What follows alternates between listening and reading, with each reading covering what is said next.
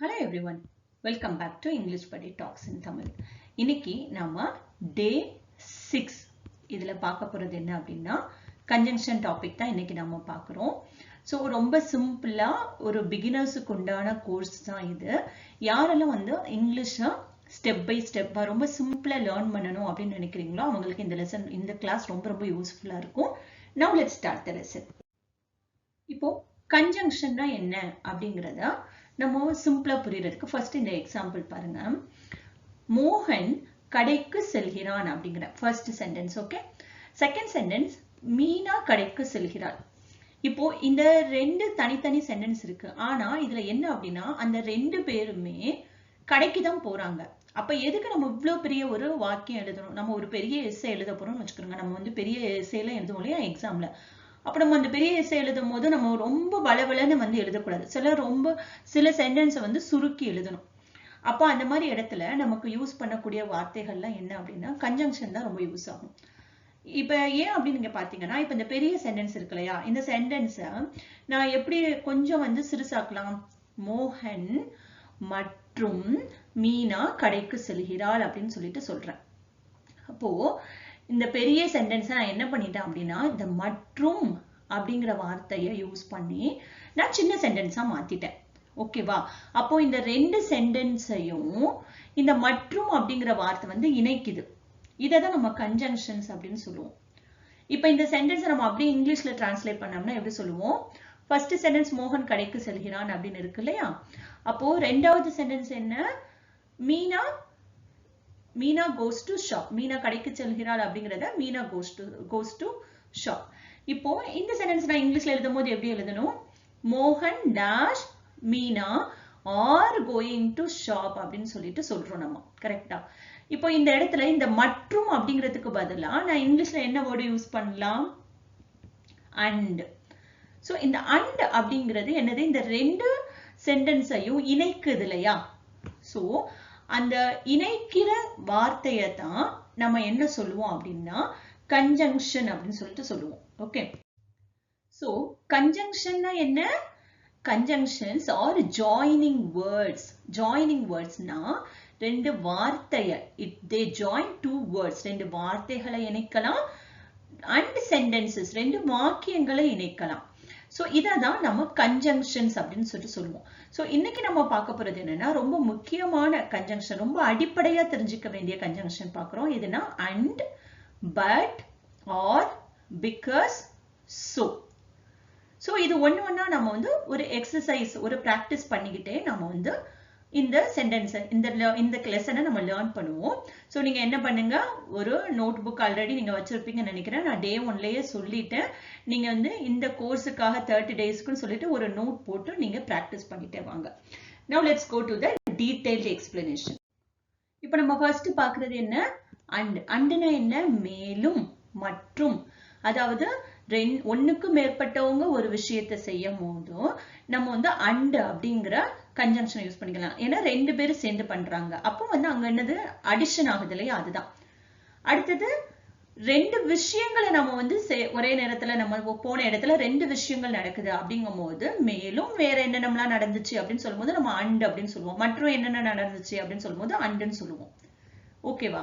So இப்ப இந்த example பாருங்க. ஐ வென்ட் டு தி மார்க்கெட். நான் வந்து கடத்திற்கு போனேன். ஐ பாட் 2 பென்சில். நான் 2 பென்சில் வாங்கினேன். அப்போ நம்ம வந்து ரெண்டு வினை நடக்குது இந்த இடத்துல. இந்த ரெண்டுமே நம்ம ஒரு ஆள் தான் செய்யறாங்க. ஆனா ரெண்டு விஷயம் நடக்குது. அப்ப நம்ம இந்த இடத்துல என்ன பண்ணணும்? அண்ட் யூஸ் பண்ணிக்கலாம். ஏன்னா மேலும். அப்ப I went to the market. என்ன பண்றோம்? And bought vegetables. நீங்க நல்லா கவனிங்க. இங்க நம்ம வந்து பேசும்போது ஒரு பிரச்சனையும் கிடையாது. ஆனா எழுதும் போது நம்ம சில ரூல்ஸ் ஃபாலோ பண்ணணும். ரைட்டிங் ரூல்ஸ் ஃபாலோ பண்ணணும். என்னன்னா நம்ம இந்த கன்ஜங்ஷன்ஸ் இங்க ஆட் பண்ணும்போது இந்த இடத்துல ஃபுல் ஸ்டாப் இருக்கு இல்லையா, அதை எடுத்துடணும். அடுத்தது இங்க நான் ஐயோட எடுத்துட்டு பாருங்க. ஏன் அப்படின்னா இந்த ரெண்டு விஷயத்தையுமே செய்யறது நான் ஒரு ஆள் தான், ஐ தான். சோ அதனால நம்ம திரும்பவும் ஐய வந்து இங்க ரிப்பீட் பண்ணணும்னு அவசியம் இல்லை. So I went to the market and bought 2 pencils அப்படிங்கிற. அப்போ இந்த இடத்துல வந்து கன்ஜங்ஷன் அப்படிங்கிறது வெறும் ஜாயினிங் வேர்டு மட்டும் கிடையாது. அது வந்து என்ன செய்யுது அப்படின்னா நம்ம பெரிய சென்டென்ஸ கொஞ்சம் ஷார்ட்டா சுருக்கி சுருக்கி எழுதுறோம் இல்லையா, அந்த மாதிரி சுருக்கி எழுதுறதுக்கு கூட நமக்கு கன்ஜங்ஷன் யூஸ் ஆகும். ஓகேவா? இப்போ நெக்ஸ்ட் சென்டென்ஸ் பாருங்க. The grapes are fresh. The grapes are sweet. grapes வந்து ரொம்ப ஃப்ரெஷ்ஷா இருக்கான், ஸ்வீட்டாவும் இருக்கான். அப்ப இந்த ரெண்டு இடத்துலயும் நான் grapes தான் யூஸ் பண்றேன். இங்க புதுசா நான் கனெக்ட் பண்ண வேண்டிய வேர்ட் என்ன, ஜாயின் பண்ணக்கூடிய வேர்ட் என்ன, ஃப்ரெஷ்ஷையும் ஸ்வீட்டையும் நான் கனெக்ட் பண்ணணும். அப்ப நான் இந்த சென்டென்ஸ் எப்படி எழுதலாம்? நீங்களும் சேர்ந்து ஆன்சர் பண்ணிடுவாங்க. அப்பதான் உங்களுக்கு அந்த பிராக்டிஸ் நல்லா வரும். நீங்க லிசன் பண்றதை விட நீங்களும் ஆன்சர் ட்ரை பண்ணுங்க. சோ ஆன்சர் பாருங்க. The grapes are fresh and, அப்போ இந்த இடத்துல நான் என்ன பண்றேன், and are sweet. அப்போ இங்க நான் வந்து எந்த வார்த்தையை நான் குறைக்கிறேன் அப்படின்னா ஃபுல் ஸ்டாப்பை எடுத்துட்டு the grapes திருப்பி எழுத தேவையில்லை. எழுதாம the grapes are fresh and sweet இது மட்டும் போட்டா போதும். அப்போ இந்த இடத்துல and அப்படிங்கிறது எனக்கு தேவைப்படுது. and ஏன்னா மேலும் என்ன வாங்குறேன் அப்படின்னு சொல்றாலே, அப்போ and அப்படின்னு சொல்லிட்டு போட்டுக்கணும். The third one. Vanitha is my sister. Meera is my sister. இப்போ நம்ம இந்த சென்டென்ஸ் எதுக்கு நம்ம தனித்தனியா எழுதணும்? ரெண்டு பேருமே என்னோட சிஸ்டர்னு சொல்றோம். அப்போ இத நம்ம எப்படி ஷார்ட்டா எழுதலாம் கன்ஜங்ஷன் யூஸ் பண்ணி?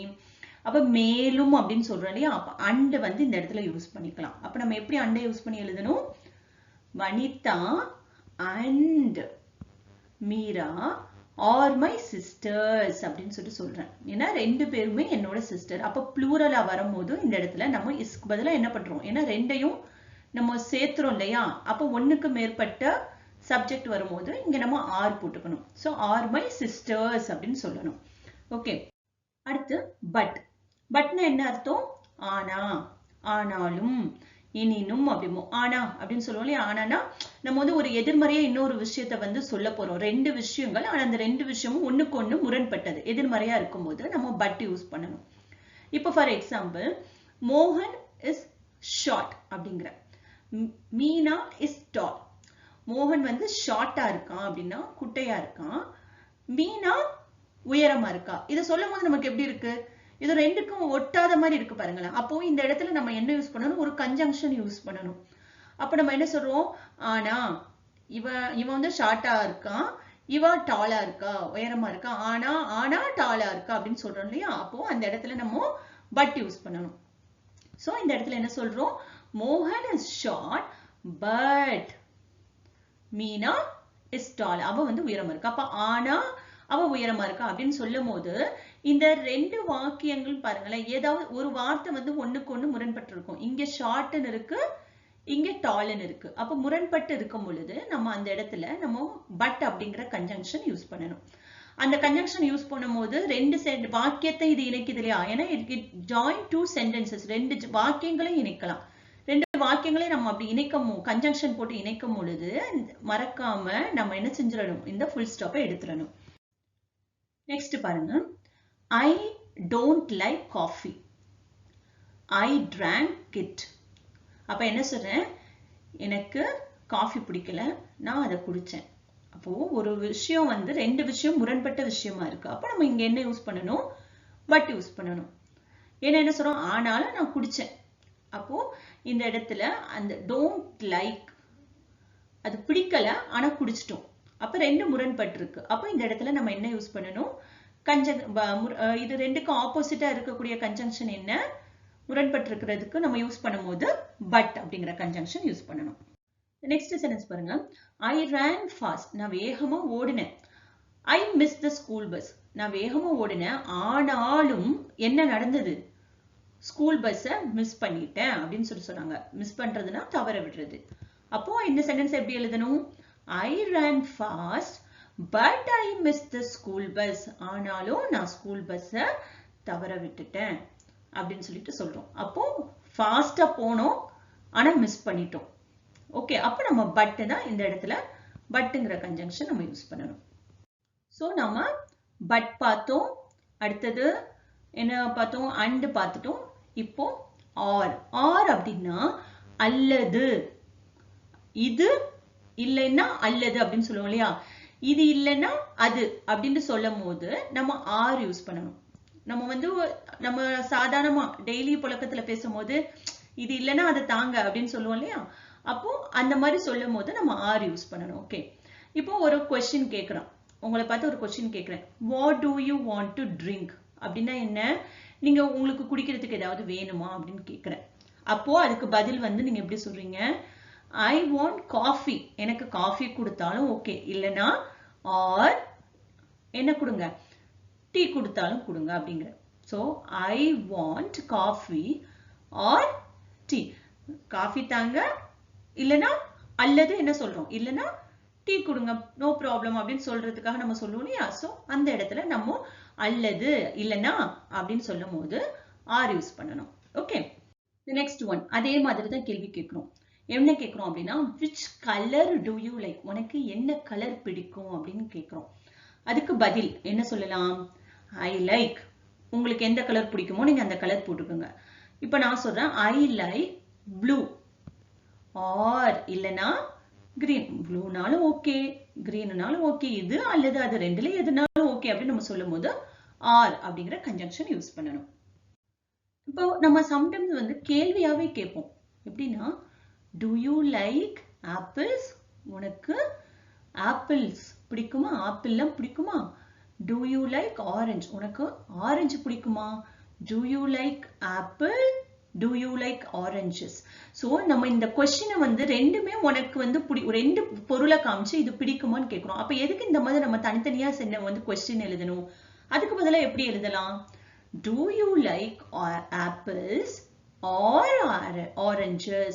so உனக்கு ஆப்பிள் பிடிக்குமா ஆரஞ்சு பிடிக்குமா. so தனித்தனியா நம்ம கேள்வி கேட்க தேவையில்லை, ஆர் அல்லது இது பிடிக்குமா அது பிடிக்குமா அப்படின்னு சொல்லிட்டு நம்ம ஆர்ங்கிற கன்ஜங்ஷன் யூஸ் பண்ணி நம்ம சென்டென்ஸ் வந்து கிரியேட் பண்ணலாம். ஸோ உங்களுக்கு ஆர் அதை நம்ம பார்த்துட்டோம் கன்ஜங்ஷன்.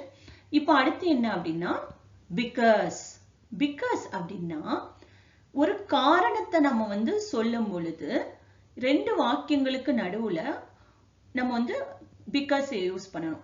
அதாவது ரெண்டு வாக்கியங்கள் இருக்கு, அந்த ரெண்டு வாக்கியத்துல ரெண்டாவது வாக்கியம் ஒரு காரணமா இருக்குன்னு வச்சுக்கிறோங்களேன், அங்க நம்ம வந்து பிகாஸ் ஏனெனில் அப்படி இருக்கிறதுனால அப்படி இருப்பதால் அப்படின்னு சொல்லுவோம்ல, ஏன்னா ஏன்னா அப்படின்னு சொல்லும் போது பிகாஸ் சொல்லலாம், அப்படி இருக்கனால பிகாஸ் சொல்லலாம், அந்த காரணத்தை சொல்லும் போது பிகாஸ் சொல்லலாம். இப்ப சென்டென்ஸ் பாருங்க, ஜீவா வாஸ் ஆப்சென்ட் எஸ்டர்டே. ஆப்சென்ட்னா விடுமுறை வரல, அதாவது ஜீவா வந்து நேத்து ஸ்கூலுக்கு வரல, was absent yesterday to school. அப்போ நான் என்ன சொல்றேன், he was sick. அப்ப ரெண்டாவது சென்டென்ஸ் வந்து நான் என்ன சொல்றேன், அவன் ஆப்சென்ட் ஆனதுக்கு உண்டான காரணத்தை சொல்றேன். அப்போ அந்த இடத்துல நம்ம ரெண்டாவது சென்டென்ஸ் காரணமா இருக்கு இல்லையா, அப்போ அந்த ரெண்டு சென்டென்ஸ்க்கு நடுவுல நம்ம என்ன யூஸ் பண்ணணும், காரணத்துக்கு உண்டான கன்ஜங்ஷன் என்ன, பிகாஸ்.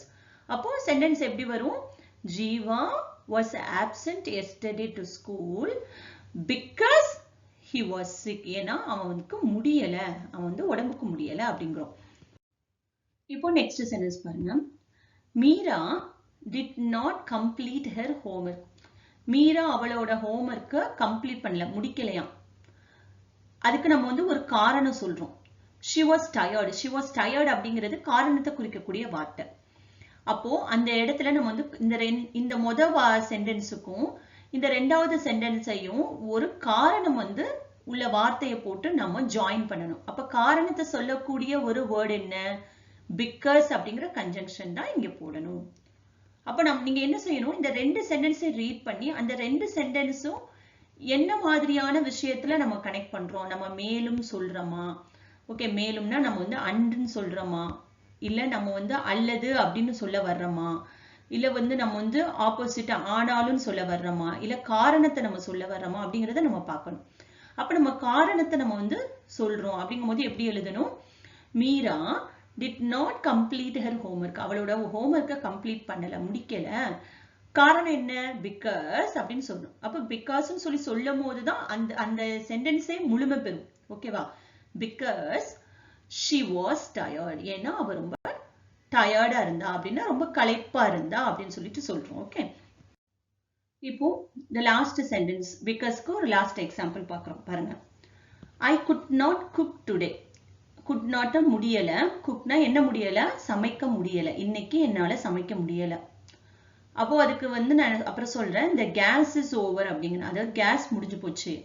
அப்ப இந்த முதல் சென்டென்ஸும் இரண்டாவது சென்டென்ஸையும் ஒரு காரணத்துக்கு உண்டான வார்த்தையை வச்சு இணைக்கிறோம். அப்ப அதுக்கு உண்டான வார்த்தை என்ன? ஏன்னா அந்த காரணம் என்னன்னா அப்படி நம்ம சொல்ல வரோம். அப்ப நம்ம என்ன சொல்லணும்? Because I could not cook today. இன்னைக்கு என்னால சமைக்க முடியல. காரணம் என்ன? Because the gas is over. gas முடிஞ்சு போச்சு அப்படின்னு சொல்லிட்டு சொல்றோம். ஓகே, இப்போ நெக்ஸ்ட் கன்ஜங்ஷன் பாருங்க.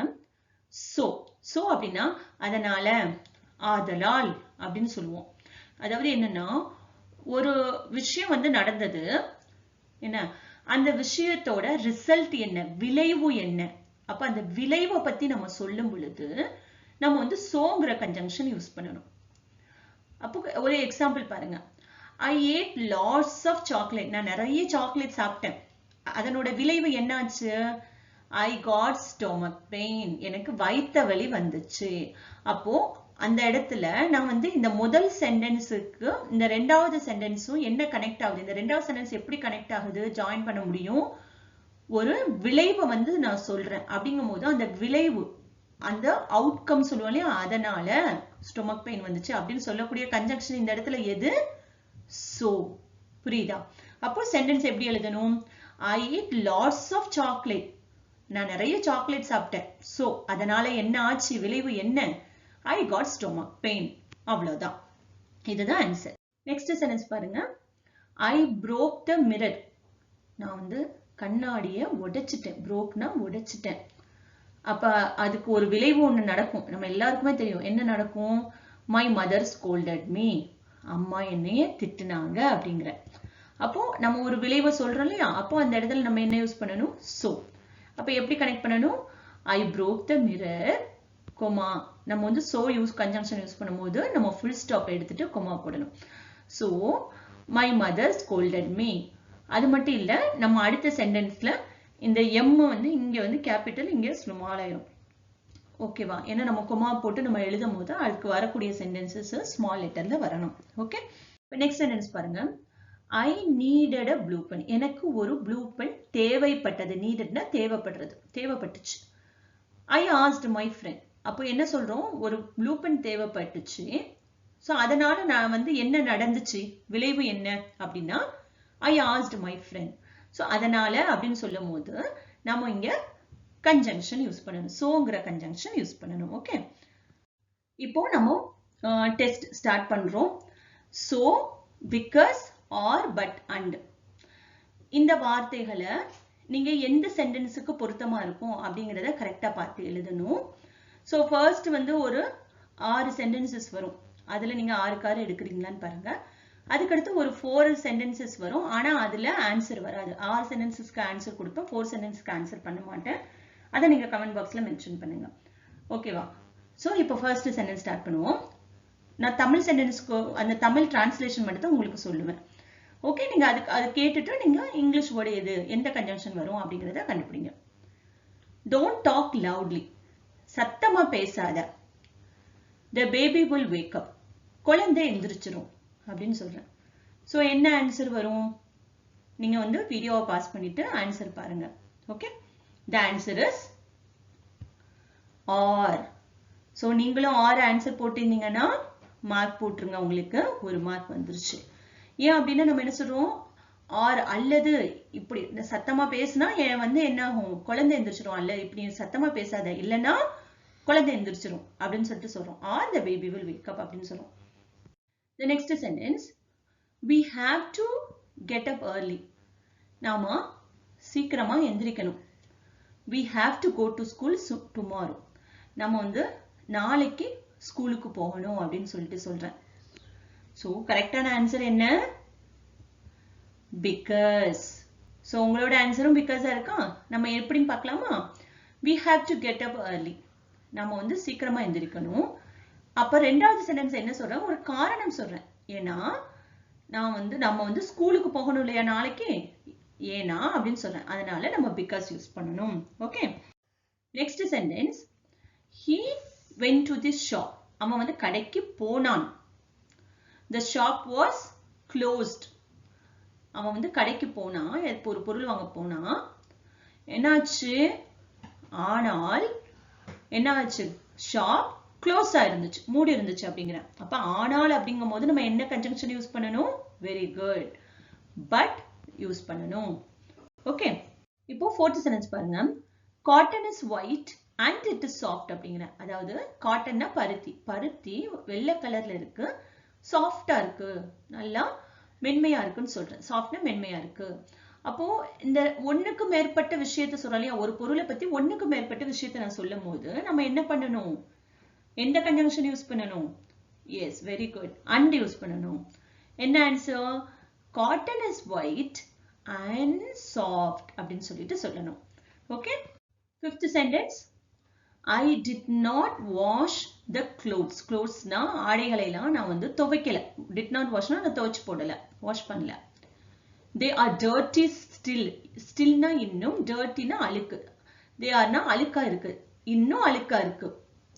அப்போ முதல் சென்டென்ஸுக்கும் ரெண்டாவது சென்டென்ஸுக்கும் என்ன ஆகுது? இந்த நான் துவைச்சு போடாததுனால அந்த விளைவு என்ன ஆச்சு அப்படின்னா இன்னும் டர்ட்டியா தான் இருக்கு. ஓகேவா? சோ அப்ப நம்ம என்ன சொல்றோம்? அதனால அப்படின்னு சொல்றதுனால நம்ம எந்த கன்ஜங்ஷன் யூஸ் பண்ணணும்? சோங்கிற கன்ஜங்ஷன் யூஸ் பண்ணணும் இந்த இடத்துல. ஓகே, இந்த லாஸ்ட் சென்டென்ஸ் பாருங்க. Drink the milk quickly. Drink அப்படின்னா குடி, த மில்க்னா பால், குவிக்லினா வேகமா, பாலை சீக்கிரம் குடி. It will get cold. அது வந்து என்ன ஆயிரும்? ஆறிரும் அப்படிங்கிற. அப்போ இந்த இடத்துல நம்ம சொல்றோம், இல்லைன்னா ஆறி போயிடும், இதை நீ செய்யலைன்னா இது நடக்கும் அப்படிங்கிற, இல்லைன்னா அப்படின்னு சொல்றேன். அப்போ அந்த இடத்துல நம்ம என்ன கன்ஜங்ஷன் யூஸ் பண்ணணும்? ஆர்.